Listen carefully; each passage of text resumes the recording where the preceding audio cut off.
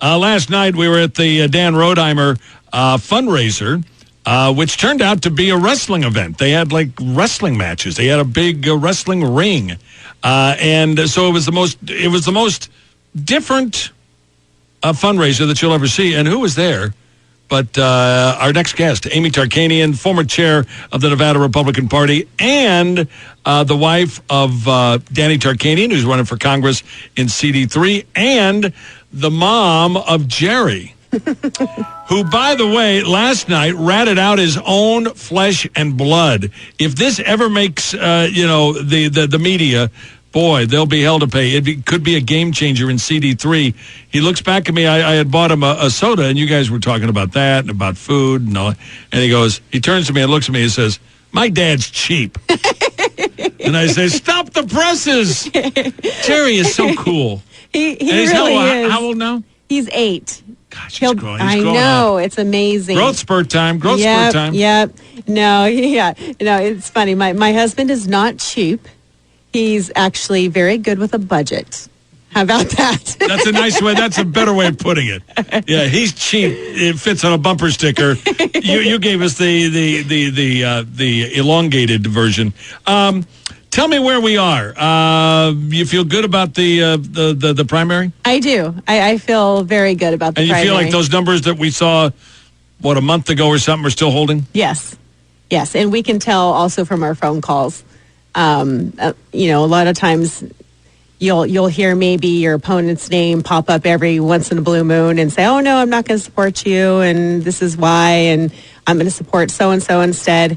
It's been crickets. Hardly anyone else has been mentioned, if at all. Maybe I can count on 2 hands of his opponents, possible opponents. So I'm feeling pretty good. And at this point, Susie Lee's focused on Danny.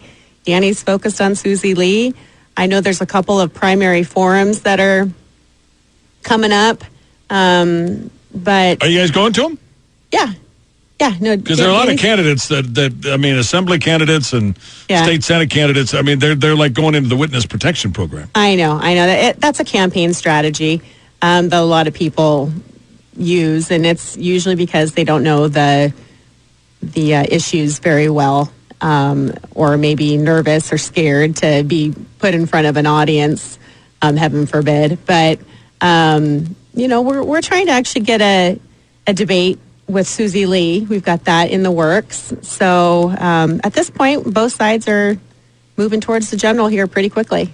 What are the issues? I mean, you hang out at the headquarters and you hear the phone banks going. What are people asking Danny about? What are they asking your phone bank people about? It's pretty much been the same as far as now that we have President Trump in office and he's following through with a number of his campaign promises. People want somebody that they can trust, somebody who's honest. So it's not necessarily just policies; it's character. They want somebody who. That they can rely upon, somebody who's going to be a good listener. And then if you want to delve into the issues, it's still things like, making sure that they can put food on the table and that there's jobs. Well, the unemployment rate is at an all-time low, which is phenomenal. People are still concerned about their health care and the price of it. People are still concerned about safety and not becoming a sanctuary state. People are concerned about safety from overseas. It's all Homeland pretty much Security Homeland Security. Yeah. So those are the things that I hear the most. Let me just ask you, the president, I think, has been amazing. I mean, you want to talk about stuff that gets checked off the list. Yesterday, he checked off I'm going to get us out of this bad Iran nukes deal. Yeah. It seems as if, despite all the so-called chaos around the West Wing, somehow, some way, this president keeps getting stuff done, checking off the list, so to speak. It's phenomenal, isn't it? I think it's fantastic. And we got 3 prisoners coming home from North Korea. Coming home right now as we speak. That's incredible. It is incredible. Despite all of the arrows that are being shot at the president, so to speak, he's been able to get a number of things accomplished. I think it's important to point out the fact that there's chaos in the right wing. Oh my God. Can I talk today? Too much coffee, too much caffeine. It's not necessarily chaos as much as it is people who are used to doing things a certain way that don't like being told that they can no longer do business in that fashion. So they are being shuffled around or being asked to go back home and no longer serve in the White House. And I think it's fantastic. He is draining the swamp. He's surrounded by the swamp, and that's got to be the toughest job ever. Oh no! I mean, this is. I would not want to be coming to work every day with all of this stuff swirling around. Last night, I guess CNN was gleefully reporting. This is what I don't understand. Eric Schneiderman, a sitting attorney general, who has been at the forefront of the #MeToo movement, and it turns out that he is physically abusing women. Oh yeah, and it is like getting maybe 90 seconds an hour. And the rest of the hour is Trump this, Trump that, Michael Cohen, Stormy Daniels. Michael Avenatti is back with us. Yeah. Or knocking Melania. How do you knock Melania? I mean, she's come out with her campaign, the Be Best campaign. Who doesn't want to have children be their very best? But they still find ways to attack her. You know, this Schneiderman guy, he's not even a hypocrite. You know, you'd actually have to believe in something first to actually be a hypocrite. I don't think he actually believed in it. I think all they do is they use people. They use platforms just to help themselves catapult to the next level, and they just use people. It is so incredibly sad. I want to take you back to the campaign because I think a lot of people are looking at this race in CD3. I think the nation is going to be looking at this race real closely. Are you finding that you are getting help, money or otherwise from folks outside the state? I mean, are you starting to see, I don't know, different groups, national groups that are willing to contribute to the campaign? Yeah, he's definitely had some people nationwide interested in the race. And, of course, we will welcome as much as we can get. He did make the first cut for the NRCC's Young Gun status, and that's a big deal. Explain what the Young Guns is. A lot of people outside of politics may not know what that is. The Young Guns program is basically a series of benchmarks for congressional candidates to meet to show donors nationwide that they are viable and that it's a serious campaign. So Danny met that first requirement, and I can't remember. I think there's either 3 or 4 levels. And so he's already submitted his paperwork for the second level, which I'm feeling pretty positive he's going to meet those needs. He has more cash on hand than all of his opponents combined, and he has a phenomenal staff, and he has an incredible consultant firm called Axiom. So, and they're probably the most serious consulting firm he's ever had. So they look at everything. They look to see at your plan, your ground game, your staff, your fundraising, who you've hired.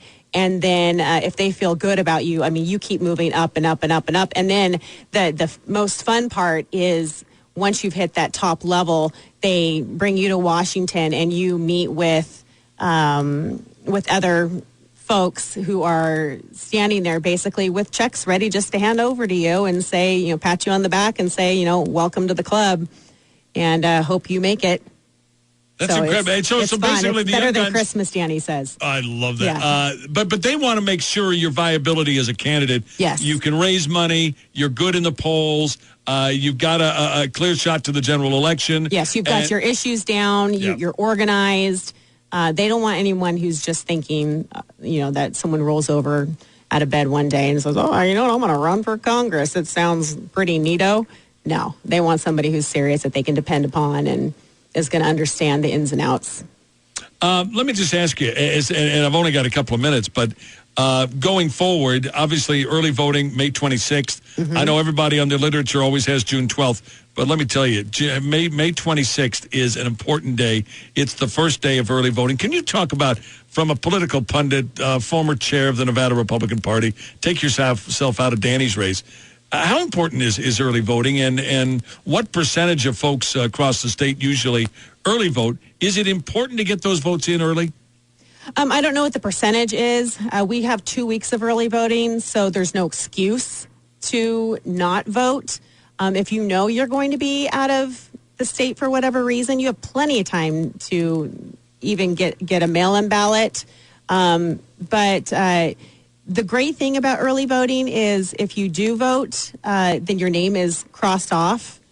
And campaigns, if they're doing a good job with going through the lists, they will leave you alone as soon as you vote. But if you wait up until actual election day, which is June 12th, then probably every day you're going to get a dozen phone calls from different campaigns around the state reminding you to get out and vote.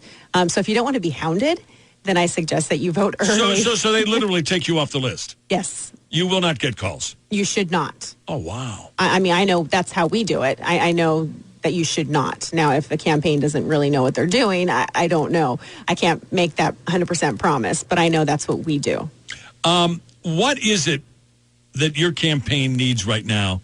And I know that you're looking at the primary coming up in June, but you're zeroing in on the general election. Mm-hmm. Is it a matter of just a crazed fundraising effort?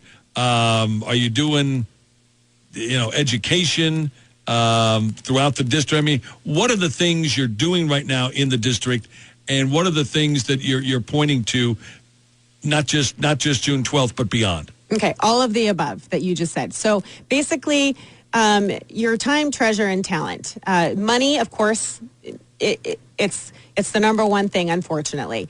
So Danny is constantly fundraising. That is the very top priority. After that, we are traveling. We're going to every event possible. A lot of times we're splitting events, splitting parts of the district, because, you can't be everywhere all the time, but we definitely do our very best.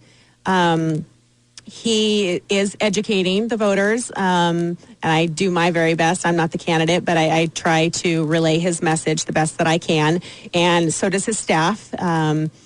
Those who are sent out, you've got, Lois Choate, who's phenomenal, that goes out as a state field director. Peggy Brandt, who runs his office, so she's always answering the phones and relaying his message. Judy Flynn is campaign manager. She's like family, so she knows us probably better than I know myself. And then you've got Richard Hernandez in communications, and the list goes on and on and on of all the people that come in, but we definitely need more people to come in, volunteer their time if they can make phone calls for us. People who we're getting ready to knock more doors, if they want to come and join us in the field and knock on doors. If you are willing to write a check, of course, that we need as well. What the Democrats do they're so great at giving the money immediately to their chosen candidates. So Susie Lee has quite the treasure. What does she have, $1 million in the bank? Yeah, but the thing about hers is the people who have donated to her have not only donated primary money, but they've donated general money. So a lot of that she can't use until the general, but it looks really, really impressive, doesn't it? So you need to have that money up front and ready to go, so that way day one of the general, she's going to start hitting Danny and just like pounding him as hard as she can, because she's going to have all that money to do it. Republicans tend to sit back, observe until they feel a little bit more comfortable, and they'll write a check for the primary and then maybe hold off until the general and wait and see how things pan out. And then it's like, well, now we're having to play catch up all over again once the general starts. So I would really implore the Republicans to start writing more checks that also involve the general right up front, because the Democrats are great at that. And then they've got organizations like Act Blue, where they take donations from all over the nation. And that's the one that I think Rosie O'Donnell is getting in trouble for now. she, I guess, gave too much money to certain candidates, and there's a limit that you can give. Oops. But organizations like Act Blue then take that overflow and then they divvy it out to Democrat candidates all over the nation. And it's a great organization that they've got going, and we don't have anything like that on our side. If folks want to reach out, where do they go? TARKNV.com. You got any fundraisers, anything coming up? You put me on the spot, and I should know That's that okay. right offhand. That's all right. I don't know. Check the website. Yes, check the website or contact us. I know that information's on there as well. Peggy or Judy will let you know. I know there's a couple of forums coming up at some of the women's Republican groups in CD3, so should be exciting. It's going to be fun. Amy, always good. We'll see you back in. Yeah, sounds great. AmyTarkanian, former chair of the Nevada Republican Party, joining us live and local now.